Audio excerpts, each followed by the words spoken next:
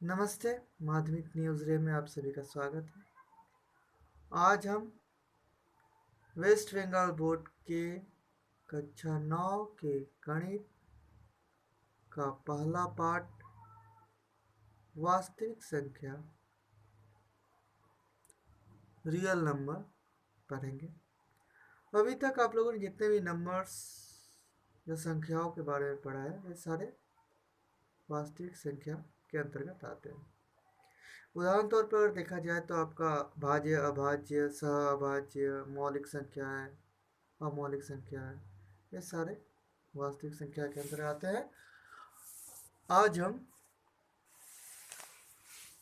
कुछ संख्याओं के बारे में पढ़ेंगे, जैसे जो संख्याएं वास्तविक संख्या के अंतर्गत आती हैं। जैसे प्राकृतिक संख्या, पहला संख्या है हमारा प्राकृतिक संख्या, या इसे हम स्वाभाविक संख्या भी बोलते हैं।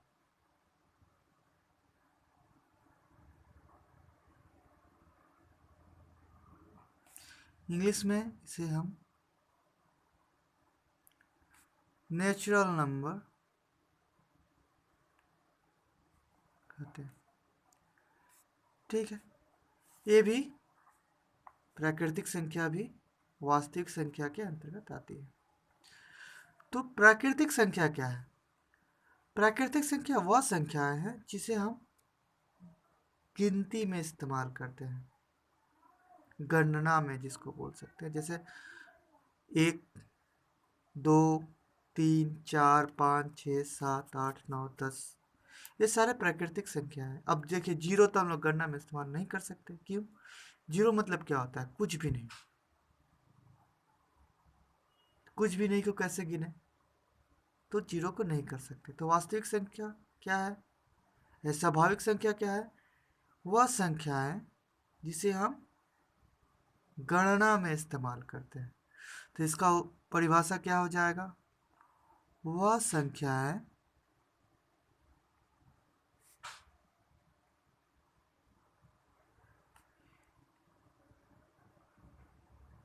जिन्हें हम गणना में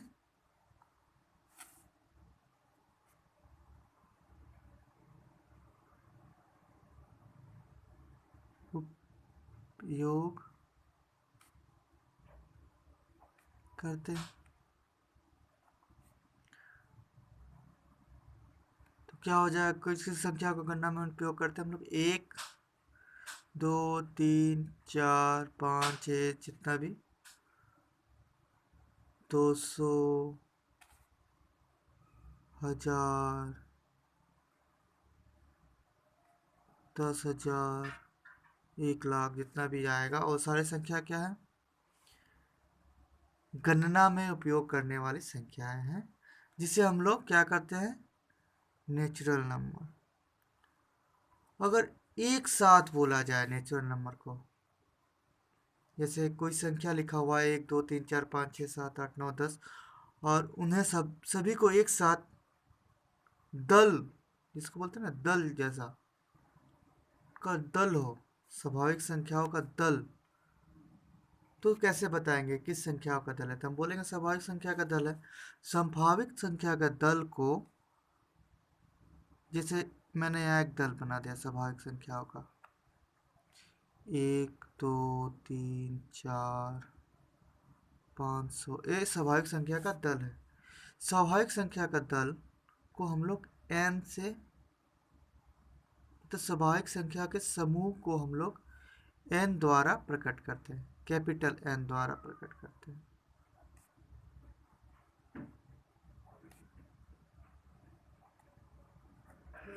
ठीक है, तो कैपिटल N द्वारा क्या प्रकट करते हैं? कैपिटल N द्वारा हम लोग प्राकृतिक संख्या या स्वाभाविक संख्या के दल को प्रकट करते हैं।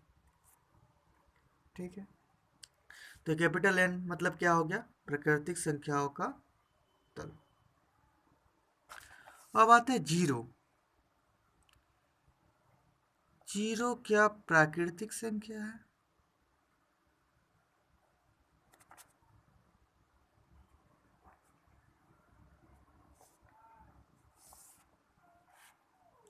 जीरो क्या प्राकृतिक संख्या है? नहीं।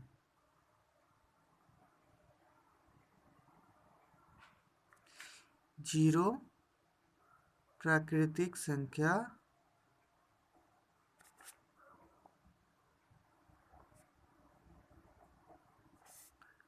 नहीं है। जीरो प्राकृतिक संख्या नहीं है। क्यों नहीं है? क्योंकि हम लोग जीरो का इस्तेमाल गणना के लिए नहीं कर सकते। जैसे ये देखिए, एक पेन है, ये गणना हुआ। अगर यहाँ कुछ ना हो तो जीरो पेन है, ये तो इसका तो इस्तेमाल नहीं करते हम लोग। जीरो पेन है कभी बोलते हैं? नहीं बोलते। कुछ नहीं है।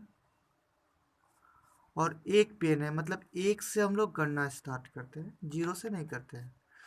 तो जीरो क्या हुआ? हमारा प्राकृतिक संख्या नहीं है। क्यों? प्राकृतिक संख्या से हम लोग गणना कर सकते हैं, जीरो से नहीं कर सकते। तो जीरो का इस्तेमाल क्या होगा? अगर प्राकृतिक संख्या, जिसे हम लोग n कहते थे, n के साथ अगर जीरो जुट जाए, मतलब जीरो के बाद जीरो के साथ अगर एक दो, इसका मतलब क्या हुआ? जीरो जुटना n से, मतलब जीरो, एक, दो, तीन, चार, 100, 1000, 10,000, ऐसा हो, तो इन दोनों को एक साथ हम क्या बोलते हैं?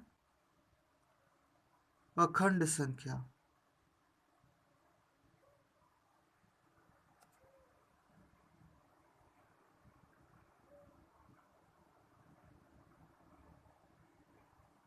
ये भी हमारा अखंड संख्या है, भी क्या है? हमारा वास्तविक संख्या है। तो अखंड संख्या क्या होगा? अखंड संख्या जीरो के साथ प्राकृतिक संख्याओं का समूह को शामिल करने से, मतलब प्राकृतिक संख्या के समूह में जीरो को शामिल करना से जो संख्याएं बनती हैं, मतलब जो समूह बनता है, वो किसका बनता है? अखंड संख्या। तो इसको क्या बोल सकते हैं? जीरो और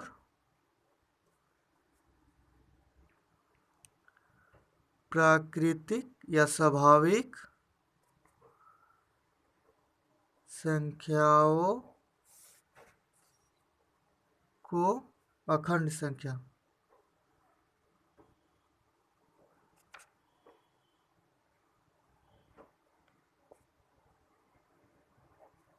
कहते हैं। अखंड संख्या को इंग्लिश में क्या बोलते हैं? अखंड संख्या को इंग्लिश में होल नंबर बोलते हैं। अब अखंड संख्या का समूह हो अगर 0, 1, 2, 3, 4, 5, 6, ऐसे अखंड संख्या का समूह हो, तो अखंड संख्या के समूह को डब्ल्यू लिखते हैं, कैपिटल डब। ठीक है, क्या लिखते हैं? Capital W.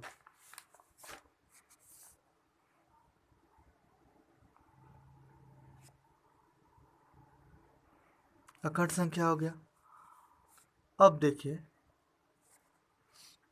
अखंड संख्या के बाद आता है अगर कोई संख्या, मैंने एक यहाँ रेखा चित्र बना दिया, रेखा बना दिया, रेखा के बीच में जीरो, जीरो के एक तरफ 1, 2, 3, 4, अखंड तक, इन्फिनिटी तक, और दूसरे साइड -1, -2, -3, -4, -5, ये भी अखंड तक। हमने सीखा कि एक से अखंड तक क्या होगा? हमारा प्राकृतिक संख्या। उसके साथ जीरो जुट जाएगा तो क्या हो जाएगा? हमारा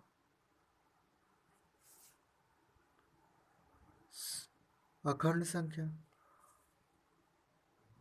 और उसके साथ अगर ऋणात्मक संख्या यानी कि -1, -2, -3, -4, -5, इसको क्या बोलते हैं हम लोग?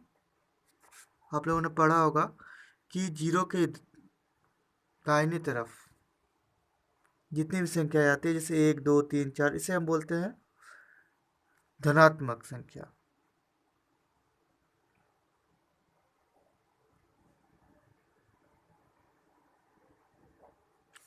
और जीरो के इस तरफ आया उसको क्या बोलते हैं?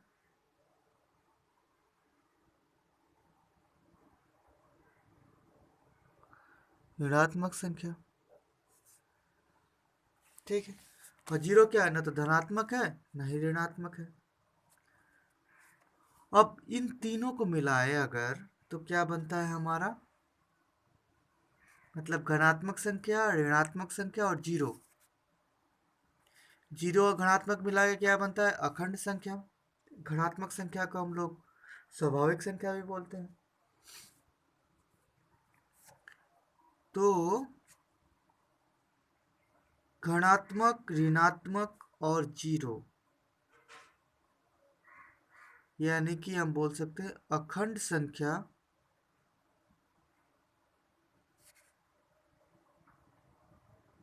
अखंड संख्या में क्या क्या आता है? जीरो प्लस नेचुरल नंबर का समूह, मतलब प्राकृतिक संख्याओं का समूह। और इसके साथ ऋणात्मक संख्या मिला दिया जाए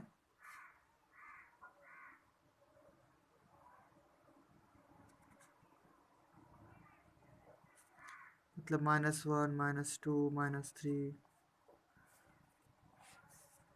मिलाकर जो संख्या बनती है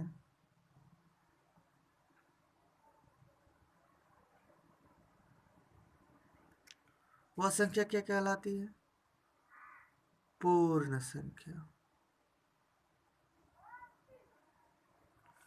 पूर्ण संख्या कहलाती है। पूर्ण संख्या को इंग्लिश में क्या बोलते हैं हम लोग? इंटीजर्स। ठीक है। और पूर्ण संख्याओं के समूह जैसे -1, -2, -3, 0, 1, 2, 3, 4, इसका जो समूह बनता है, मतलब इंटीजर के समूह को जेड से प्रकट करते हैं, जेड द्वारा प्रकट करते हैं। ठीक है। तो अब ये जो ऋणात्मक पूर्ण संख्या में क्या आया? अब घनात्मक संख्या का समूह, घनात्मक पूर्ण संख्या के समूह को बोलते हैं घनात्मक पूर्ण संख्या, जो कि 0 से बड़ा होता है। और ऋणात्मक संख्याओं के समूह को क्या बोलते हैं? ऋणात्मक पूर्ण संख्या, जो कि 0 से छोटा होता है। ये देखिए, पूर्ण संख्याओं के समूह में कुछ संख्याएं हैं जो 0 से बड़ी हैं। जो बड़ी है उसे क्या बोलेंगे हम लोग? ये मैं समूह बना दे रहा हूँ, लाइन 1, 2, 3, -1, -2, -3, पूर्ण संख्याओं का समूह हो गया पूरा। इस पूर्ण संख्याओं के समूह में कुछ संख्याएं हैं जो 0 से बड़ी हैं, 0 से बड़ी हैं, और कुछ संख्याएं हैं जो 0 से छोटी है। तो इसे क्या बोलेंगे? हम लोगों ने सीखा था, इसे बोलते हैं धनात्मक पूर्ण संख्या, और इसे क्या बोलते हैं? ऋणात्मक पूर्ण संख्या। धनात्मक पूर्ण संख्या मतलब पॉजिटिव इंटीजर,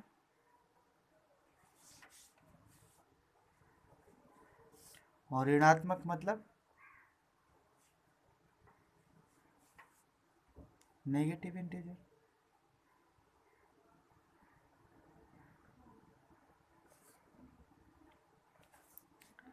जीरो क्या है? जीरो ना तो ऋणात्मक है और ना ही धनात्मक है। अब आता है हमारा परिमेय संख्या।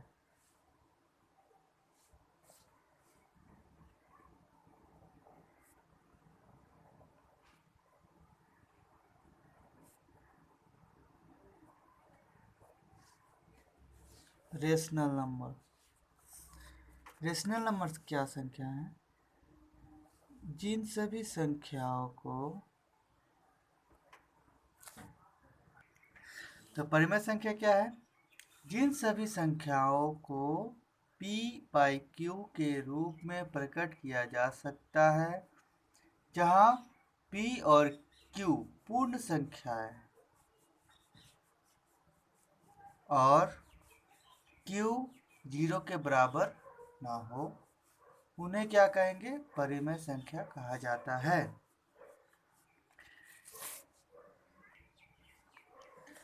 यहाँ पे p और q क्या है? पूर्ण संख्या है, और पूर्ण संख्या में तो 0 भी आता है, किंतु q not is equal to 0, मतलब q 0 के बराबर क्यों नहीं होगा?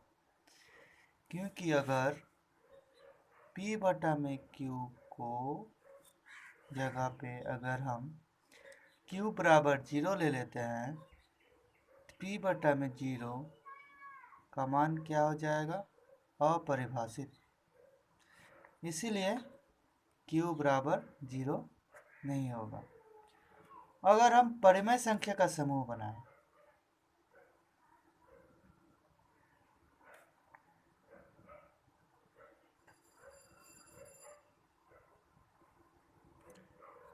तो इसके समूह में, इनके समूह में क्या आएगा?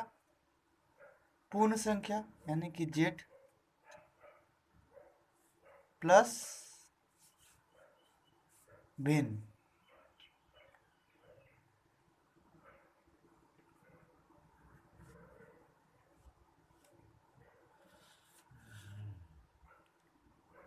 इन दोनों संख्याओं का समूह तो क्या बोलेंगे हम लोग?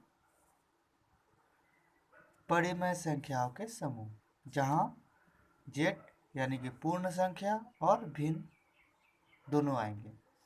और इन दोनों संख्याओं मतलब परिमेय संख्या के समूह को कैसे हम लोग प्रकट करते हैं? तो q द्वारा प्रकट करते हैं। अंग्रेजी के अक्षर बड़ा कैपिटल Q से प्रकट करते हैं। ठीक है।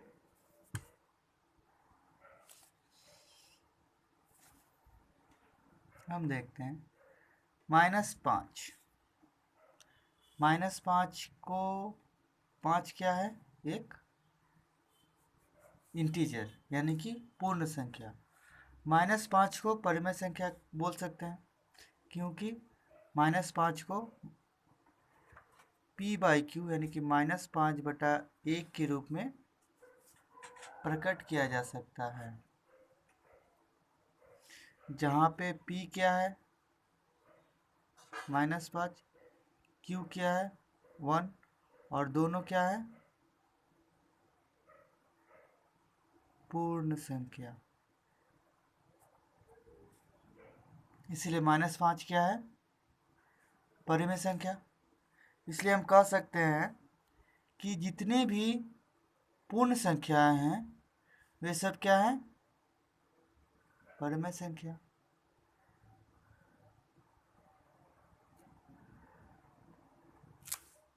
एक और उदाहरण ले लेते हैं। अगर -5 की जगह हम 10 ले लेते हैं, तो 10 को भी p बाई क्यू के रूप में लिख सकते हैं। 10 बटा में 1, जहाँ p बराबर कितना है? 10, q बराबर क्या है? 1। ये दोनों पूर्ण संख्या है और q 0 के बराबर नहीं है, और q भी पूर्ण संख्या है। इसका मतलब क्या हुआ? 10 क्या हो गया? 10 एक परिमेय संख्या है। इसका मतलब क्या होता है कि सभी पूर्ण संख्याएं परिमेय संख्या है। अगर 0 ले ले तो क्या होगा? 0 क्या है? पूर्ण संख्या। 0 को भी हम 0 बटा में 1, जहाँ p बराबर 0 और 1 बराबर क्यू बराबर 1। ये भी पूर्ण संख्या है, ये भी पूर्ण संख्या, और क्यू 0 के बराबर नहीं है, तो इसको भी हम पी बाई क्यू के रूप में लिख सकते हैं। मतलब 0 भी क्या है, परिमेय संख्या है। इसका अर्थ क्या हुआ, सभी पूर्ण संख्या है परिमेय संख्या है। अगर बोला जाए कि इसके विपरीत कि क्या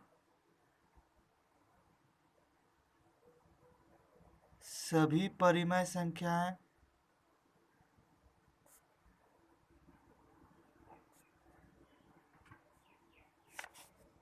पूर्ण संख्या है,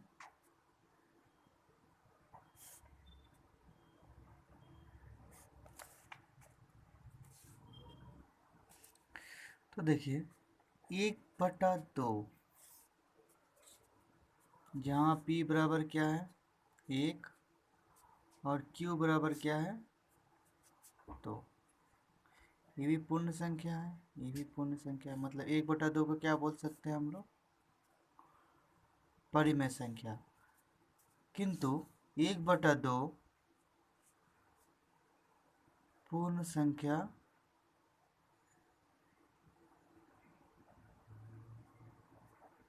नहीं है, ये क्या है, भिन्न है।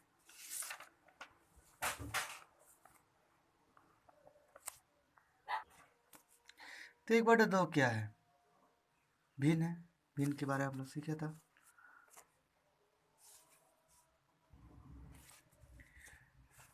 ये क्या है, भिन्न है, भिन्न।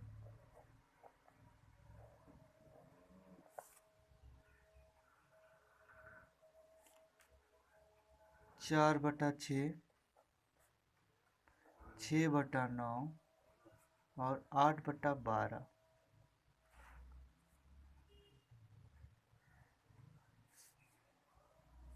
को हम 2/3 लिख सकते हैं।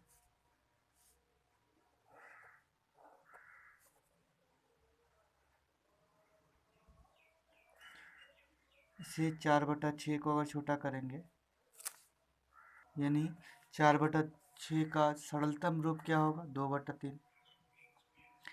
6/9 का सरलतम रूप क्या होगा, 2/3। 8/12 का सरलतम रूप क्या होगा, 2/3। तो हम कह सकते हैं कि 4/6, 6/9 और 8/12 का जो सरलतम रूप है 2/3 है। मतलब 4/6, 6/9 और 8/12 का 2/3 क्या है, समतुल्य भिन्न।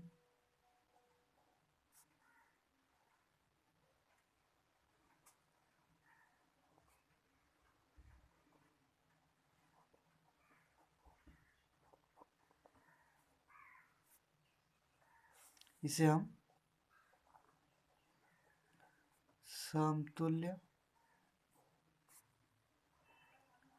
परिमेय संख्या भी बोलते हैं। समतुल्य परिमेय संख्या।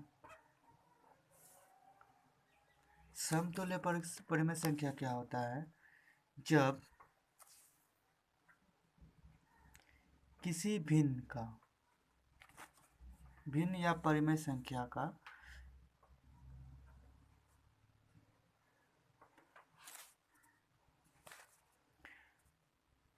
उभयनिष्ठ उत्पादक घनात्मक खंड या उभयनिष्ठ उत्पादक जिसको बोलते हैं, जैसे 2 और 3 का उभयनिष्ठ उत्पादक क्या होगा, 1, या बोल सकते हैं उसका मसप। 2 और 3 का मसप क्या होगा, 1। इस तरह का परिमेय संख्या जिसका उभयनिष्ठ उत्पादक 1 हो, उसे क्या बोलेंगे, समतुल्य परिमेय संख्या। और जहाँ पे समतुल्य परिमेय संख्या जिसका उभयनिष्ठ उत्पादक क्या हो, 1 हो, तो उसे क्या बोलते हैं हम लोग, P और Q को क्या बोलेंगे, परस्पर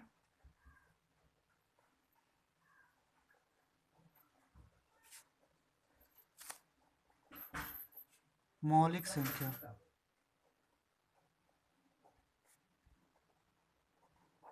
या फिर को प्राइम। इस वीडियो में इतना ही। अब हम आगे अगले वीडियो में देखेंगे। धन्यवाद।